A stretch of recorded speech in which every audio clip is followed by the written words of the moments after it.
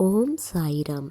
షిరిడి గ్రామంలో వేప చెట్టు క్రింద బాలుని రూపంలో సాయిబాబా భూమి మరియు ఆకాశం తన తల్లిదండ్రులు అని వాటి ఒడిలో సాయిబాబా ప్రత్యక్షం అయినాడు. సాధువులకు ఏ జాతి ఉండదు. దయ, క్షమ, శాంతి ఇవే సాధువుల ధర్మం.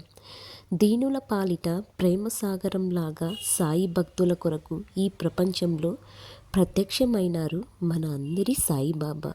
అందరి క్షేమం కోసం మన సాయిబాబా కథను మీ అందరికీ తెలియచేయాలని నా నోట పలకాలనే ఉద్దేశంతో సాయిబాబా గురించి ఈ విధంగా వీడియో చేస్తున్నాను. మీ అందరికీ నచ్చుతుందని ఆశిస్తూ please subscribe to my channel. Please support me.